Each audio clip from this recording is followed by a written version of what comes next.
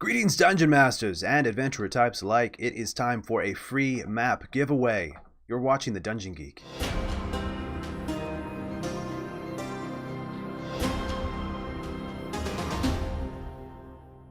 Recently, I was pretty disappointed. I was checking to try and find like sea cave and ocean style maps to just plug into my Roll20 campaign for just a couple of quick encounters. I didn't want to have to make new maps, but there aren't really any available out online. I can't find good sea maps. If somebody can, please prove me wrong. Send me links to great maps that I can throw into my game so I don't have to keep making these things. And of course, my loss is your gain.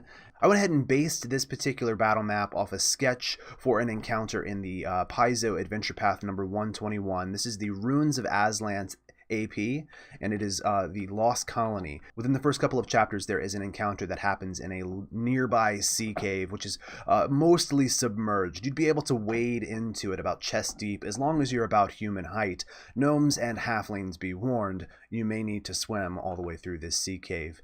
And so I went ahead and designed this with some custom textures and applied some sea life to the ocean floor. I hope you enjoy it. Let's take a look at it right now. As you can see, the texture layers here are teeming with sea life beneath the waves, and the entrance to the cave is depicted in 3 levels here, one of which is submerged. And this is going to give your players a visual cue when looking at the map that only a portion of this cave is actually submerged.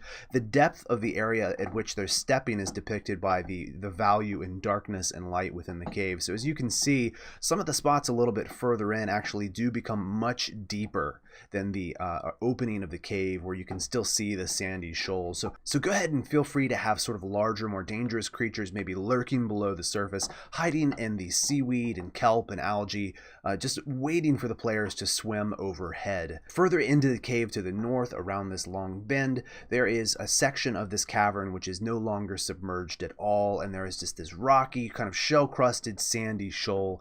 And it is here, of course, that you are probably going to have your boss fight within this dome-shaped, sand-filled chamber. As always, the high-res download to this map is below. Feel free to use it in your virtual tabletop games.